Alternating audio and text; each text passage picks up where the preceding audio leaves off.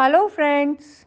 Hope you are enjoying the Alec Award winner novel, The Mysterious Call, in voice of the protagonist, Richard Carlsen. Here I present the next chapter of this thriller story. And as always, before starting, a small request. Please do like and share this video and do subscribe my channel if not done yet. So, without further ado, let's start the novel. The Mysterious Call. Visit to Grangemouth. Alex, we need to go to Grangemouth, I said. What? Alex was confused. Yes. First, we will collect the warrants from the commissioner's office, and then we will move to Grangemouth. Let's visit Allen Manufacturing Company. Alex was perplexed, but he played ball. Soon we went to the commissioner's office, got the warrants, and ate whatever we could in the canteen there. I called home, and Emily had returned by that time. I told her that I am going to visit Allen Manufacturing Company. Emily protested, but by now she was used to my stubbornness. Emily didn't know that Watson was involved. She would for sure tell Miss Taylor, and if Miss Taylor was in my house just to keep an eye on me, she would tell Watson about my visit to Allen Manufacturing. I would come to know about the truth then. Even Alex was not aware of my complete plan. I had now prepared to end this mafia game. Sam Ross was operating from some hideout. Nicholas had confessed that the attack on me was at the behest of Lisa Ross. This meant that Lisa Ross was fully involved with her father. I also need to meet Sarah Walter. And if she was not the same girl as that of the painting, then who was she? I need to find out about that mysterious girl also. It was around 10 at night when Alex and I embarked upon the long journey to Grangemouth. Alex was a fabulous driver, though I was a touch better, and I knew we would reach Grangemouth by morning dawn. I had time for a quick nap, and I offered Alex to drive halfway in case he would like to rest. He was a stud and decided that he would rest while we returned, if required. He could manage without sleep for many days, he had always boasted. Now was the time to test it. The thoughts of this complex case kept running on a replay mode. The mysterious call, meeting a girl in that bungalow, whether it was the same girl or not, was still a mystery. Then the chain of events. Guards disappeared. Watson disappeared. A huge consignment of salt at London port, and all leading to the involvement of Watson in killing Henry Walter so as to help Sam Ross. Dominic Kirk believed that there was another kingpin. Who this person could be? Johnson Allen was killed because he leaked info to that informer girl who caused huge losses to the mafia. All these thoughts clouded my mind, and I didn't realize when I slept. The beautiful, flowing breeze through the Astra's window pane also helped. I was in deep slumber shortly. Soon the beautiful rays of mild sunlight hit me and woke me up. We were almost entering Grangemouth. Alex had realized that I had woken up.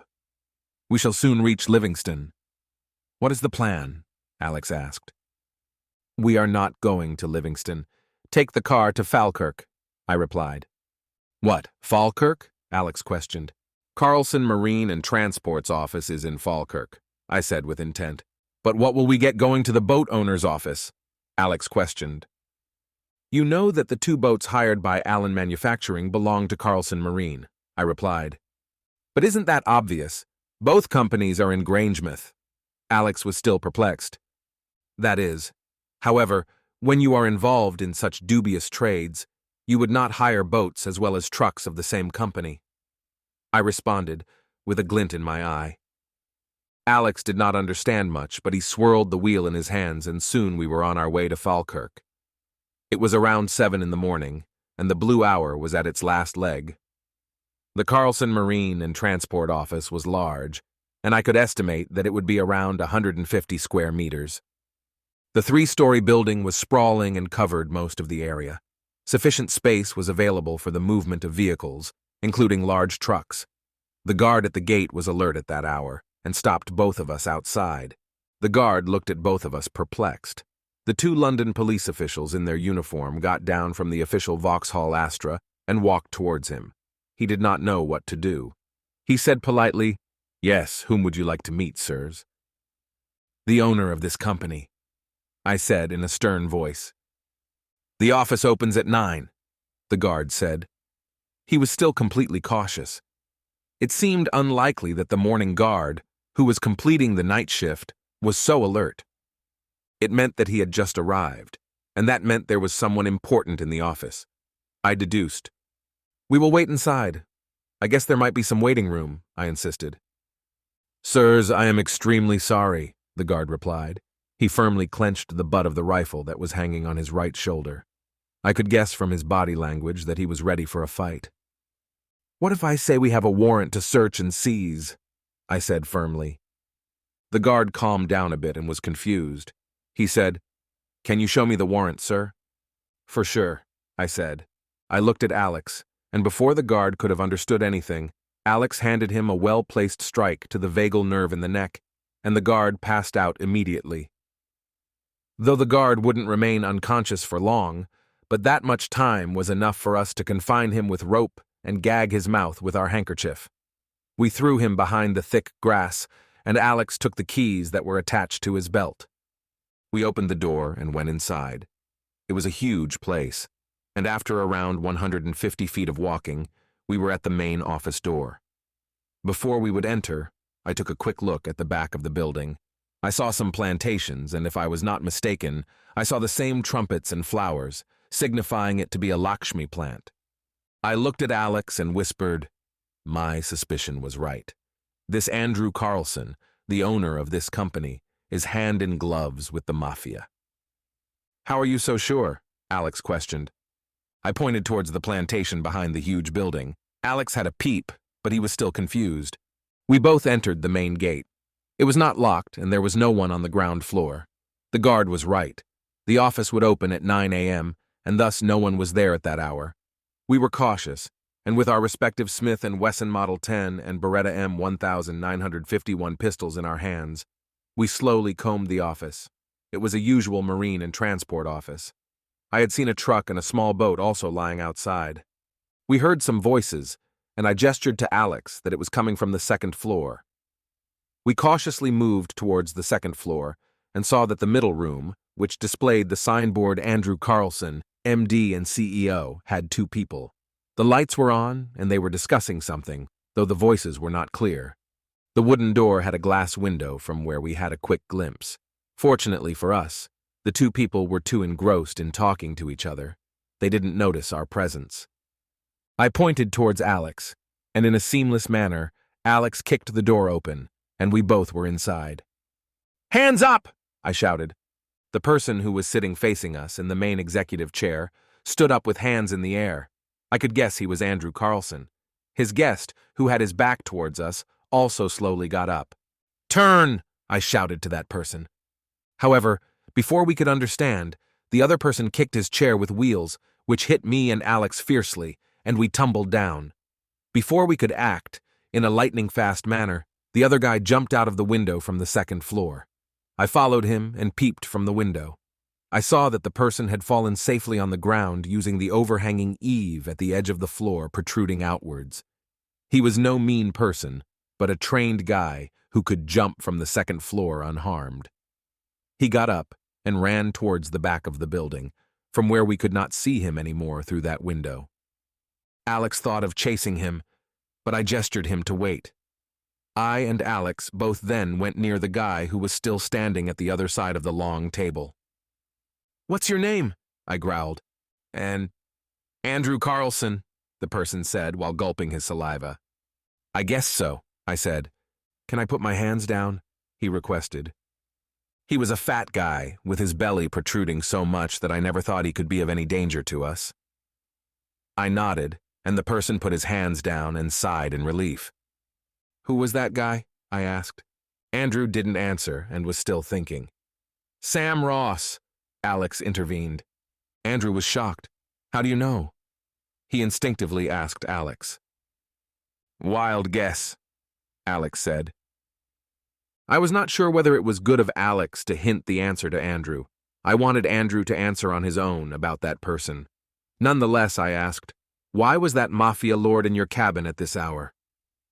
Andrew knew he was cornered and had not much to hide. He had to tell the truth. "I am not into any wrongdoing. I simply give my boats and trucks on hire, the fat guy said. I gestured Alex, and he reached the other side of the table. Before Andrew could understand anything, Alex gave him a tight slap. The slap was so hard that there was a slight cut on the lips. Andrew cried in pain. "Listen, you fatso," I barked. "We are capable of inflicting extreme pain that your fat body could not handle. We are short of time. The more you delay, the more painful it will be for you." Andrew was nursing his lips. When Alex gave him another blow, this time with the pistol butt, Andrew fell to the ground. The cut became deeper, and the blood started oozing out. Andrew shouted, "Wait! Please don't hurt me! I will tell everything!" Alex extended his hand, and Andrew got up. We made him sit back in his chair. I was working with Allen Manufacturing for the past 4 or so years. Around 2 years back, Sam Ross summoned me to the Allen Manufacturing office, where he told me that I have to take the salts and transport them into various places in London, Birmingham, Edinburgh, Glasgow, etc.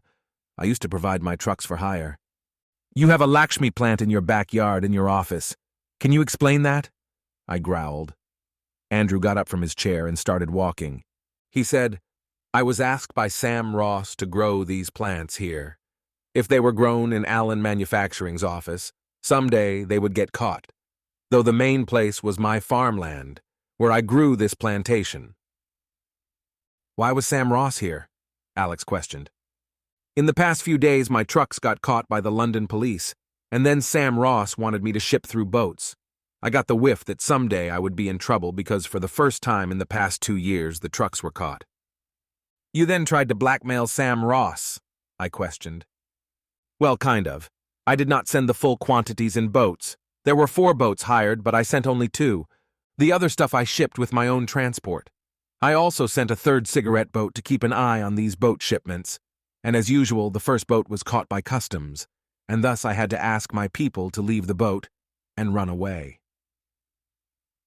Andrew didn't realize it, but while walking, he was now standing at the window from which Sam Ross had jumped and run away. It was a risky place, and if someone wanted, he could shoot this fat guy from outside. Sam Ross was still outside there. Before we could ask anything further, bang! There was a shot from outside.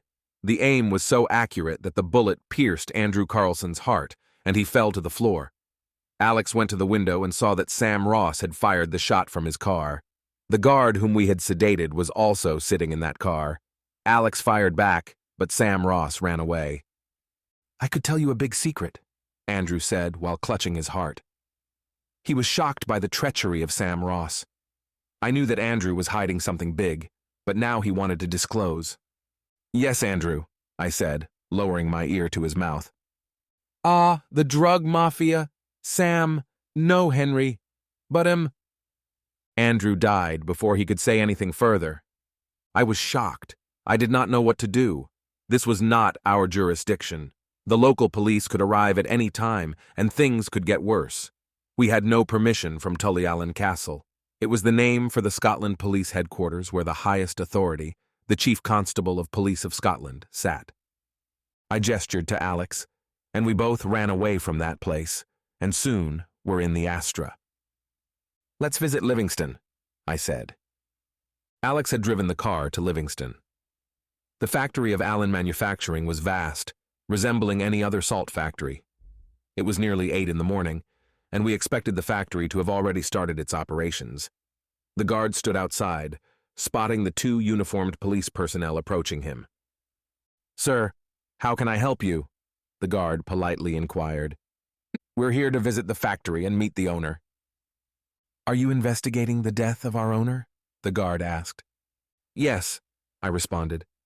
"Well, sir, please give me a minute," the guard said politely. He then dialed the intercom, and soon a person emerged from the factory's main gate.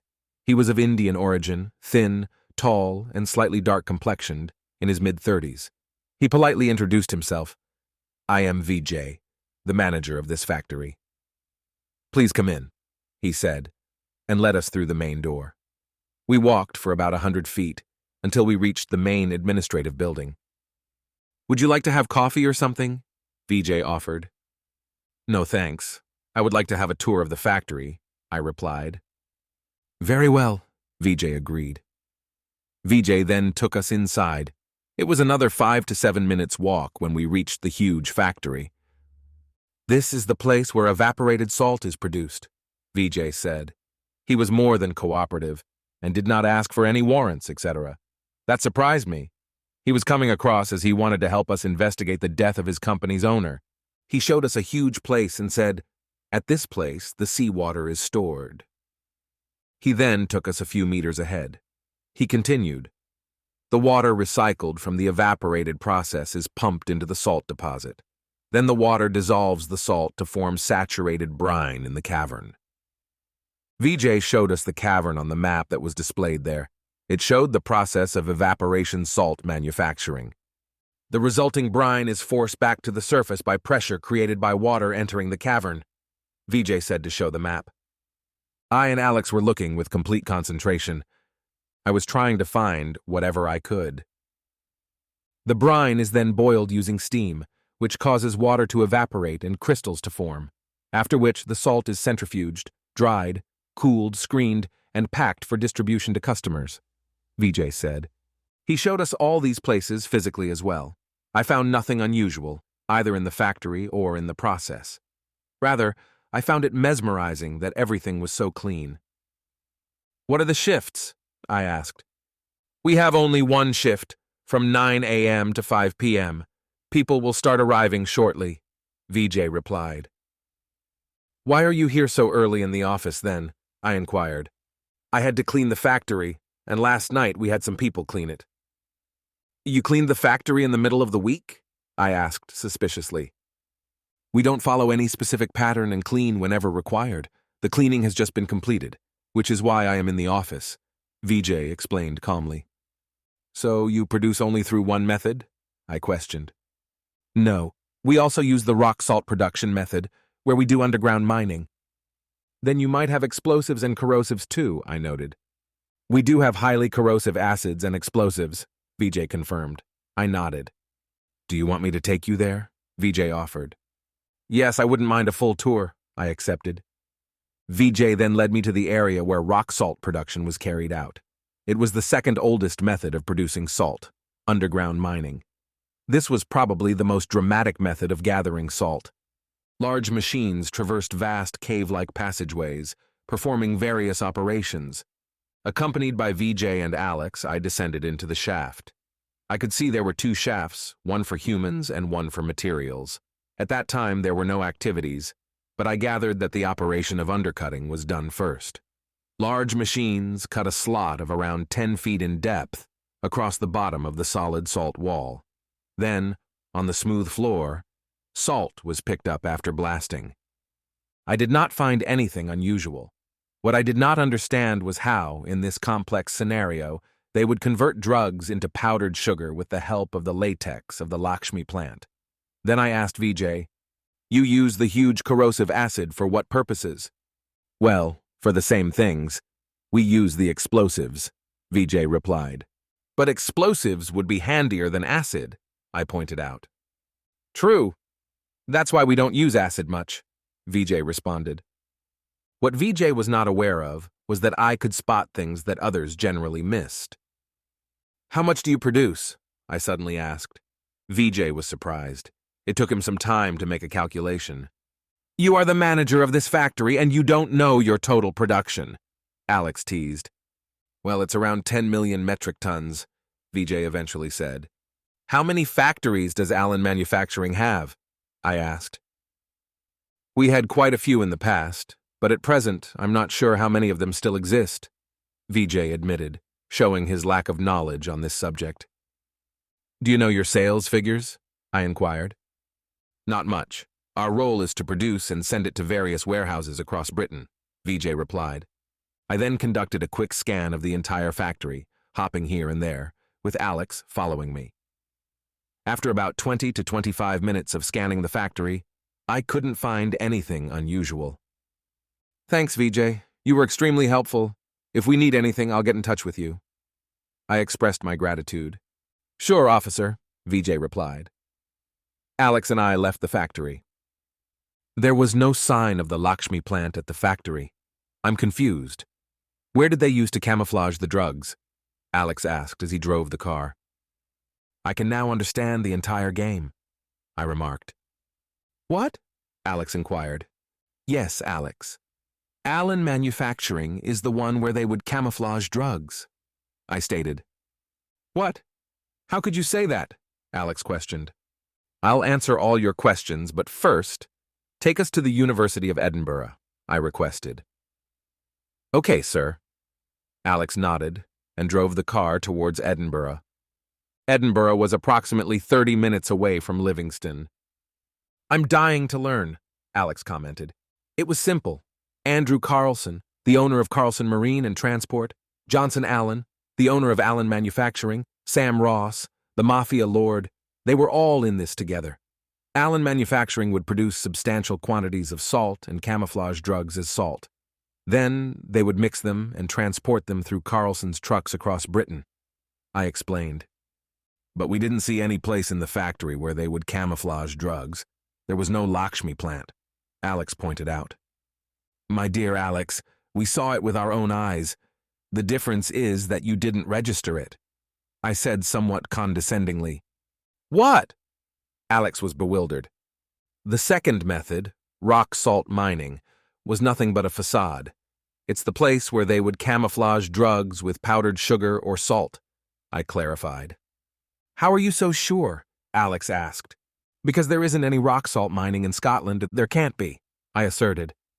Alex was looking absolutely confused. Dear Alex, rock salt can be mined where there are huge deposits of rock salt. Otherwise, commercially, it will make no sense. Despite negligible rock salt, a bankrupt company like Allen Manufacturing, which 2 years ago invested in this facility itself, indicated that there was something fishy. I read the report carefully that Wordsworth had given. Alex was now completely surprised. He had an expression of awe on his face. He did not know how a cop could be so extremely sharp. I ignored his fanboy moment and continued. So, Allen Manufacturing would get the Lakshmi plant from the huge plantation of Andrew, as he said before dying, and then use this rock salt production facility for camouflaging drugs. Then they would send it across through Andrew Carlsen, Alex added. Yes, in this way, they all had control over the process, and thus it was an equal trade. Everyone's skin in the game, I added. That was brilliant, Alex said. Yes, Alex, that's why people like Mariana were in a position to get drugs that easily. Under the London police's nose, the drugs were being sold as salt, and we could not get a sniff of them. Unless the girl called Forbes. Yes, now that mysterious girl changed the game within a matter of a few weeks, I added. I went into deep thought about who she was. I opened the painting and gazed at that beautiful girl, her torn shirt, one leg with a sandal, one barefoot, holding the door slightly ajar, her denim jeans with some scratches. That girl had the courage to bring the entire drug mafia down to its knees. I needed to find her quickly. I didn't realize that we had reached the University of Edinburgh. After some small formalities, we could enter the vast, sprawling university campus. The huge 135-acre campus had various disciplines and departments, and soon we were at the botany department. We parked the car in the designated area and walked towards the classes. It was around 11 in the morning, and I could guess the classes might have gone over. There were a lot of students rushing here and there, and I could see some professors and teachers rushing too. We too were standing confused as to where to start when a voice engaged us. Can I help you, officers? A middle-aged man said. Hi, I am Richard Carlsen, Senior Police Inspector, London Police. I said this while extending my hand for a handshake. Hi, I am Professor Zod Halliday from the Plant Science Department. How can I help you, officer? I am looking for a student, Sarah Taylor, in the Plant Science Department. Can you tell me where I can go and find her? I said. Well, she is my teaching assistant. Come, I will take you to her. She is still in her class. Halliday said this and started walking towards a classroom. I was surprised. Today seemed to be a lucky day. Alex and I followed Professor Halliday, and soon we were in a room where only one girl was sitting and doing some work. She got disturbed looking at 2 approaching police personnel in uniform and Professor Halliday. Sarah, these two officers were looking for you, Halliday said. Hi, Sarah said. She got up from her seat. Though she was not looking frightened or cautioned by our presence, I had a good look at her. She was in her mid to late 20s, a girl of medium height. She had bluish eyes and was dressed neatly in a frock. She definitely was not that girl whom I met at the bungalow. Hi, Sarah. I am Richard Carlsen. The famous cop of the London police, Sarah said it excitedly. You have heard about me. I was surprised. Yes, who has not? She retorted. I am surprised, I said. Don't be. You might know that I am the daughter of the deceased Henry Walter. My father was not in the cleanest of businesses. So I used to hear about police people. You were quite famous amongst them, Sarah said. I see she had no discomfort talking about her father or his death. I was surprised at his unusually cool behavior for such a young girl. I was expecting her to hide, run, not meet us, or otherwise not be cooperative with us. She, on the contrary, was forthcoming. Well, I wanted to discuss something with you, I said. We can go to the nearby shop in King's Building. It has wonderful coffee. I guess you can offer me a coffee, Sarah said. Yes, why not? My pleasure, young lady, I said. I can come with you, Halliday said. I can handle them. They don't look like causing any harm to me, Sarah said. She got up, took her things, and started moving. I and Alex followed her. Halliday bowed and left for his own business. Soon we were sitting and sipping coffee when I asked Sarah, Can you tell us about your childhood and parents? My mum died while giving birth to me. Both Alex and I said, Sorry to learn. My father took good care of me. I was very close to him and he would do anything for me. My childhood was good, though at times we had to shift places and my father would be missing for many days. Sarah said. She had no shame in accepting that her father was a mafia lord. I then joined this college and my father died. Sarah said it with a blank face. I can understand that would mean a tremendous loss for you, I said. Yes, I lost my entire world that day. I hate that Watson. He brutally and wantonly killed my father. He could have arrested him instead. Sarah said it with bitterness. How do you know Watson could have arrested him? I asked. Well, I also have well-wishers. My father has been killed, not all his men. Sarah replied curtly. But I wanted to ask something when Sarah interrupted. If you want to talk about my father and his death, I am sorry. I'm not game for it. She got up and started walking away. Sarah, listen, we will talk about something else, I shouted. She came back and sat in her seat. There were other students, too, but they were at some distance, so we could talk easily with Sarah. Tell me about your University of Edinburgh life and journey, I asked. I joined them around 4 years back as a BSc plant science student. Interesting, I said while finishing my coffee. I, along with being a regular student from my second year onwards, became a teaching assistant. I joined Professor Lakshmi Trust as her assistant. That gave me some money. What? Lakshmi Trust? Alex said. Do you know her? Sarah asked. No, we don't know her. The name looks familiar to Alex. I intervened without looking at Alex. Alex got the cue and said, Well, I have not heard such a name before. It looked weird. Her mother was Indian, married to a British, so her mother named her Lakshmi, and she took the surname of her British father, Sarah explained. So, you were with her for how long? I asked. For around 2 years. I was helping her with her research on some Narcissus genus plant, Sarah said. Okay then. What happened? I asked. She disappeared. There were rumors that Sam Ross and his stooges kidnapped her, though I am not sure whether the rumor was right or not, Sarah said unabashedly. I was looking at her body language. She was looking extremely comfortable. She had no qualms disclosing sensitive information about her father, and even her role with Lakshmi Trust. With Alex's sudden reaction, I was sure she had gathered that we knew about the discovery of Lakshmi Trust. Are you aware of the details of her research? Whether she could complete it? I asked. Well, in the meantime, my father got killed. I was shocked, so I left her in between. I took a break from studying. Then, after a few months, I joined back. It was then when Professor Halliday helped me. And after that, I have not heard or met Professor Lakshmi Trust, Sarah responded. But post your father's death, were you in financial crisis? Alex asked.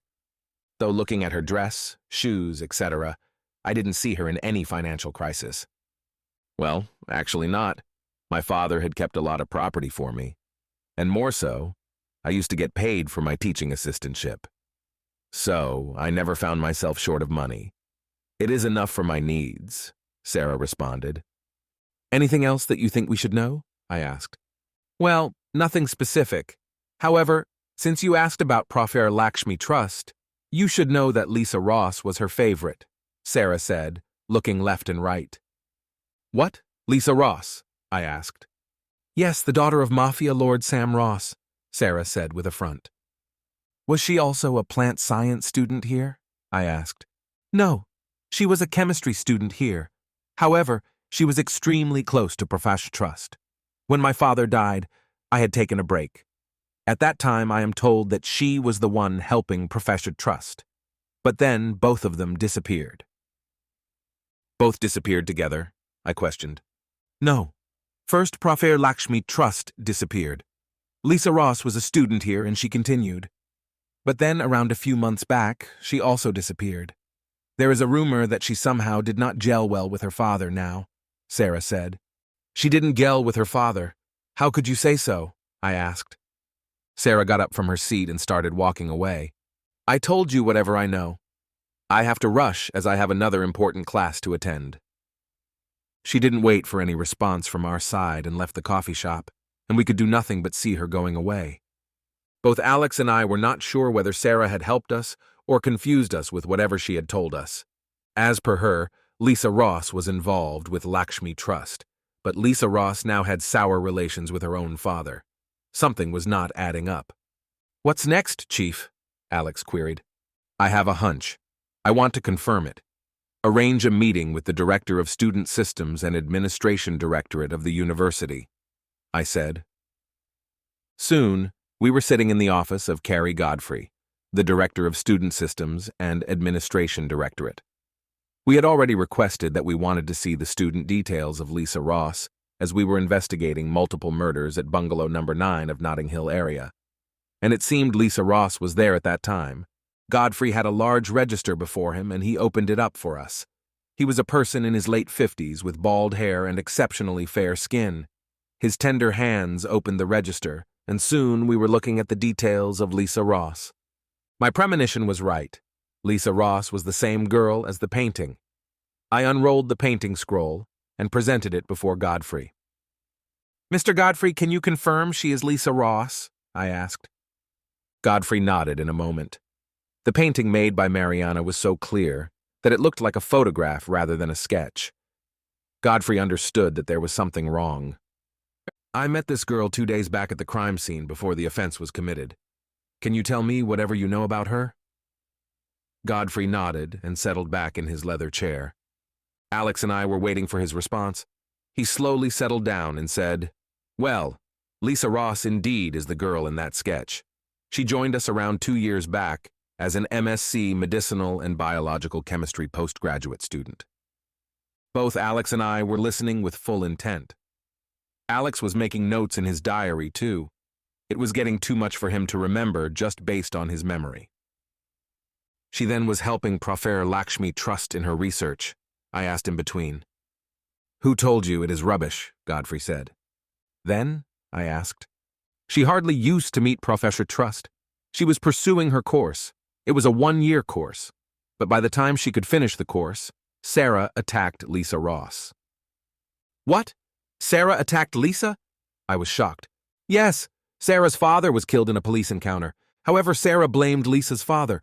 However, we cautioned her and threatened her with rustication, Godfrey said. That is something usual, I said. Yes, but after that incident, Lisa and Sarah never had any issue. But I heard that Lisa went missing for the past few months, I queried. Yes, Inspector. Lisa finished her course, but then she suddenly disappeared after that. We wanted to have her also as a teaching assistant, but she was nowhere to be found, Godfrey said. Since when was she missing? I questioned. Around a year back, Godfrey replied. I was making some mental notes. Lisa Ross and her parents, what was their relationship? Do you have any idea? I asked. The relationship between Lisa Ross and her parents was normal.